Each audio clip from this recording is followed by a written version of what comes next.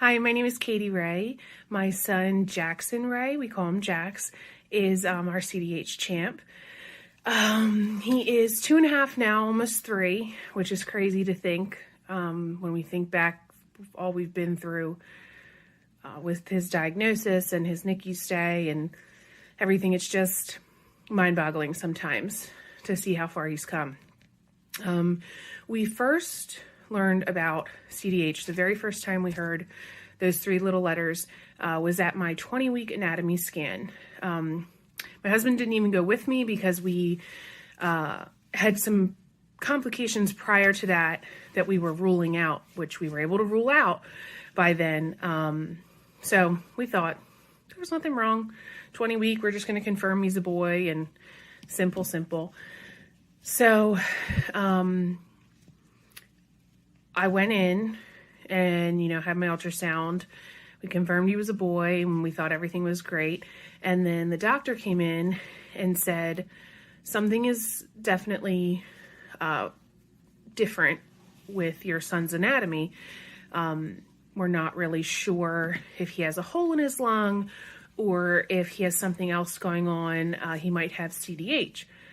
And so I was like, okay, not really knowing what that meant, not really understanding the severity of it. So she said, I'm going to send you to the local children's hospital to get an MRI and more invasive testing, and they can give you a definite answer, and we can go from there. Okay. At this point, I wasn't really worried, a little bit, but not so much that I didn't expect what was to come. So a week later, I went to the children's hospital and had my MRI, and I don't know, a handful of days later, I get a call. I'm sitting at my desk in the guest room of our house.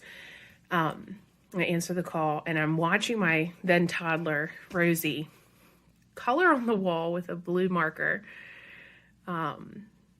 as I was told that Jax had congenital diaphragmatic hernia. And I remember thinking in my head, I'm always going to remember this moment. Every time I look at that blue marker on the wall, I'm always going to remember the moment our life changed. So the first thing the doctor asked me was, do you want to terminate? And I was completely shocked into saying, no, absolutely not. Without having any information, I was just couldn't believe that was my only option. So fast forward, I had meetings upon meetings and appointments and scans, and we learned what CDH was. And once we learned about the 50% survival rate and the chances of, delays or death, I totally understood why she asked me that, the doctor. So long story short, obviously I didn't terminate. But I'm not going to lie and say it didn't cross my mind. Having Rosie, my then 18-month-old,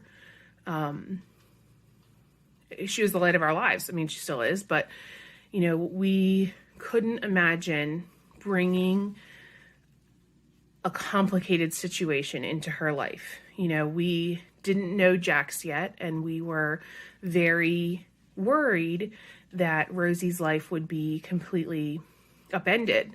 Having a medically complex brother, a baby in the NICU, not really sure what that meant for our life. And we were most concerned about her, and we just didn't know how that would affect her.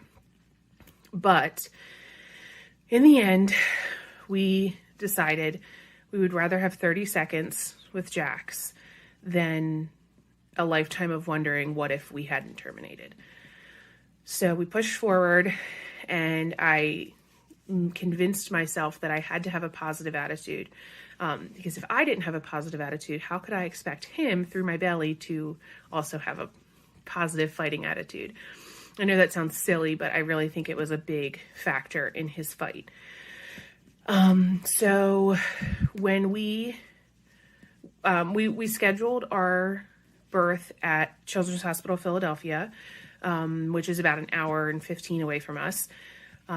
So we're so lucky that we live so close to such an amazing hospital. I actually opted to have a C-section just due to complications I had had with Rosie's birth. So we scheduled it for May 18th, 2018. And I remember thinking it was so weird that I could schedule my kid's birthday. Like, I got to pick it. So honestly, birth was pretty normal considering, you know, I was delivering a very medically complex kid. The only thing, and maybe this isn't normal at all, but there were probably 30 people in the operating room with me. So we had, you know, we had my team for my C-section, and then we had the NICU team who was there to take Jax immediately to get him intubated and prepped for the NICU. And then we had, Jax was a part of a few research studies that CHOP was doing at the time. And so those teams were in the operating room with me. For example, one of them, we are studying the effects of intubating, so putting the tube down the baby's throat while they're still connected to the umbilical cord and giving them that extra boost of mom's oxygen while they're going through that. So he was a part of that study, which that went swimmingly well. But so all of those other people were in the operating room with me. So there was no such thing as privacy. Modesty went out the window times 10. It was a circus, but they were all very good about, you know, telling me what they were doing, what they were there for, who they were, to the extent that they needed to. So, when Jax finally came out, you know, with CDHers, the hope is that they don't cry. And he didn't. He was able to be intubated right away. And so that was like our first little success. But he was whisked away immediately to an adjoining room to get prepped for the NICU. So I didn't see him. My husband got a glimpse of him on his walk-in, but I had no idea. It was like I gave birth to a baby and then he wasn't there, which was extremely difficult. I knew it was coming. I knew that would happen, but it's still very weird. So about 45 minutes later, I'm stitched up and they start to roll him out of the room to take him down to the NICU. And they brought him by my face. Sorry. And a nurse was squeezing a bag to help him breathe, or to breathe for him, I guess. And that is all I remember, is seeing this nurse like squeeze life into my baby. That was probably the hardest of many moments to come, but it was very difficult to see that. So they wheeled him down to the NICU, and I had to wait until I could walk to go down. So I had to wait for all anesthesia to wear off and everything. So about 5 hours later, we got to go down to the NICU. And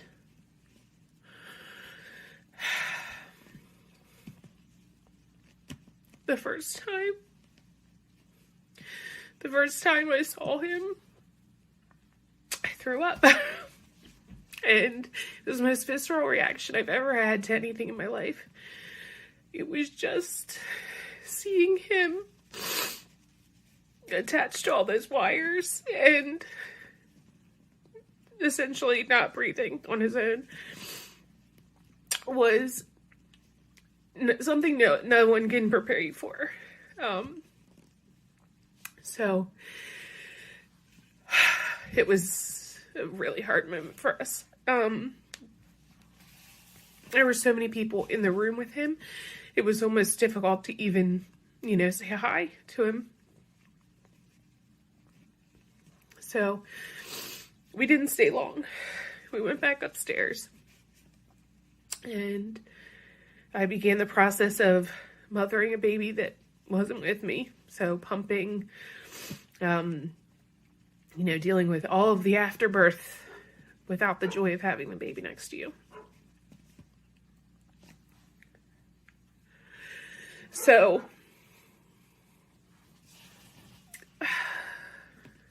he was born at 6:58 p.m.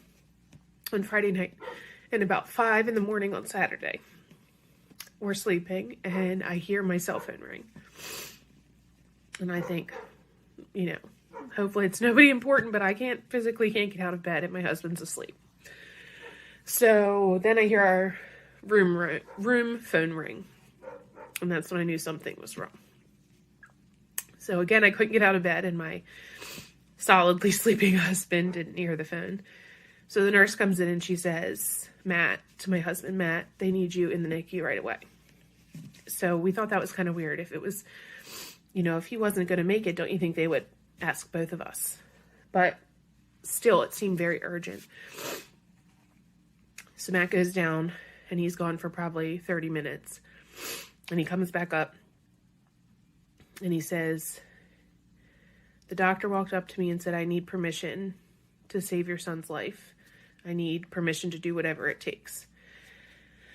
Which meant that he needed to sign permission for Jax to go on ECMO, which is essentially heart and lung bypass life support.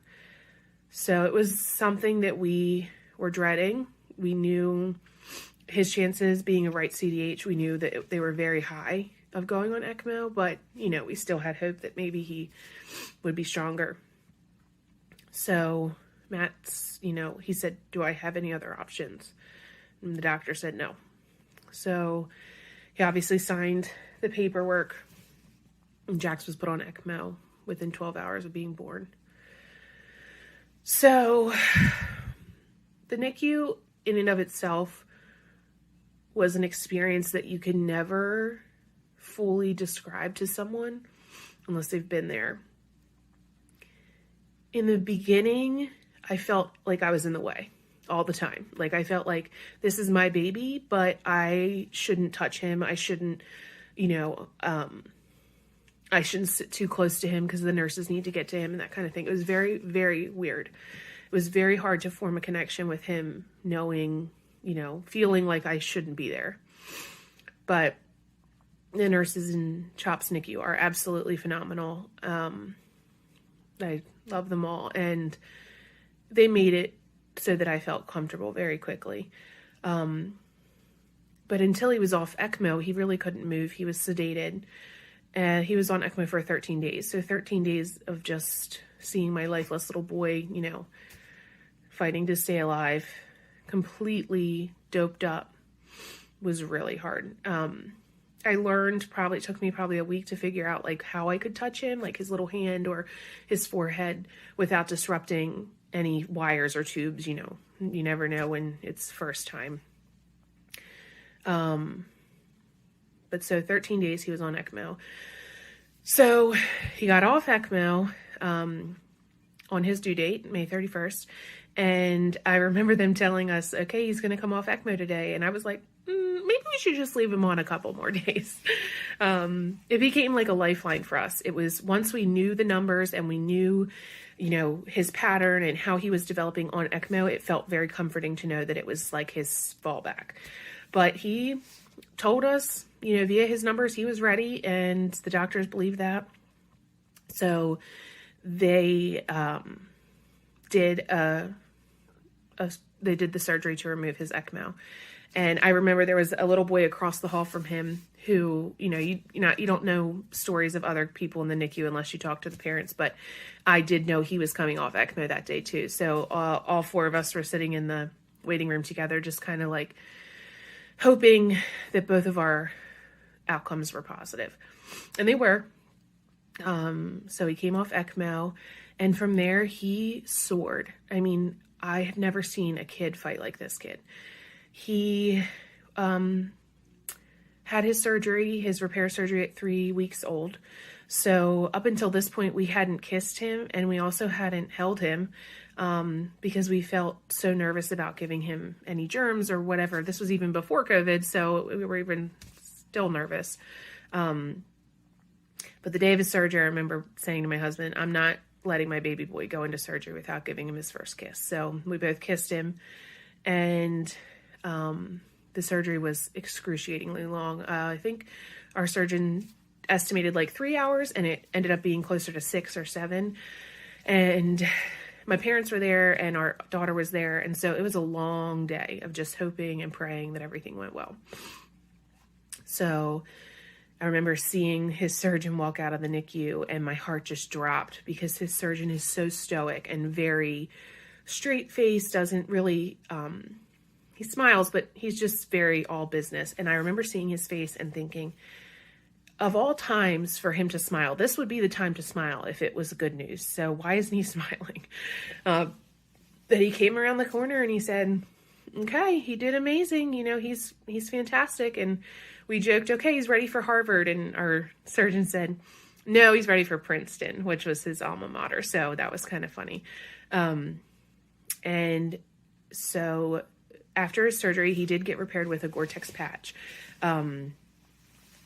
which is just a synthetic patch. It's made of Gore-Tex, like like jackets are made of.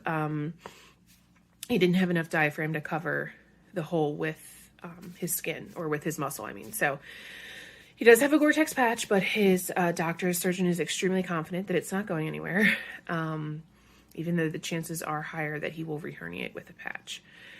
So the best day of my entire life, hands down, June 16th, 2018 was the first day I got to hold Jax. And he was still intubated, and hooked up to all his wires. And it took 3 people to put him in my arms. I had to go to the bathroom beforehand and eat because their policy is that you have to hold for at least an hour, which I of course said, I'm going to hold for 8 hours. But, it takes so much to get them out of the crib and into your lap that you can't do that at willy-nilly. So it took 3 people. They put him in my arms, and Jax, who was notoriously known for having a high heart rate, one that they could never really figure out why it was high. No matter what they did, it didn't really come down. He just ran high. The first time he laid in my arms, his heart rate stabilized and went to normal. And it was just a really good feeling. Probably for him too. So that was an amazing moment. My husband got to hold him that day. And then, he was extubated, 5 weeks after he was born. And then on July 4th, he had no oxygen, none. He was breathing room air, which was a very cool moment, to see him with essentially just like a pulse ox monitor on, a feeding tube. He was super independent, which was perfect for Independence Day. So July 13th, we were told we got to bring Jax home. And I, of course, being the mushy one, wanted my daughter to be there for a family photo when we left the NICU. Well, it's probably, I probably should have known that discharge isn't like a quick little thing. So we were there all day long, and she was exhausted and we were exhausted. But he finally got discharged, and we took some pictures outside the NICU with our wonderful nurse, who was like, let me take him, let me help you down to the car. And this was only 8 weeks after Jax was born. And you have to remember, we were told 6 to 12 months minimum in the NICU because of the severity of his CDH. And no less than 3 doctors stopped us on our walk out, and they were like, where are you guys going? Like, why do you have him? They were shocked to see that we were leaving so soon. And with only a feeding tube, I mean, he had no oxygen. He was on no medications. Not that they would have known that, but he was so stable, and it was just incredible. So that was a really proud moment for me, because I knew that it was all him. He was fighting. So we came home, and life's been crazy ever since. How it's affected our family is, obviously having Jax here is amazing. It's a miracle. I've opened my eyes to a lot of things. But our family, he just fits. It's just perfect. Obviously having him here now, I would never even question our journey, but there was a point when we thought that termination would be the best idea, and I'm just so glad we gave him a chance. He is 2.5. We call him the little destroyer. He is such a boy. He loves to build castles and tear them down, ram his cars into the wall and the dresser and everything, your feet. he is just a ball of energy. He is so smart and he's so lovable. He loves to cuddle. Any given time, any time of day, it doesn't matter. It's not like just when he's tired, he will cuddle, which I love. I wish he was here now. I did this video with no kids here, but he's just a fireball and he adores his big sister.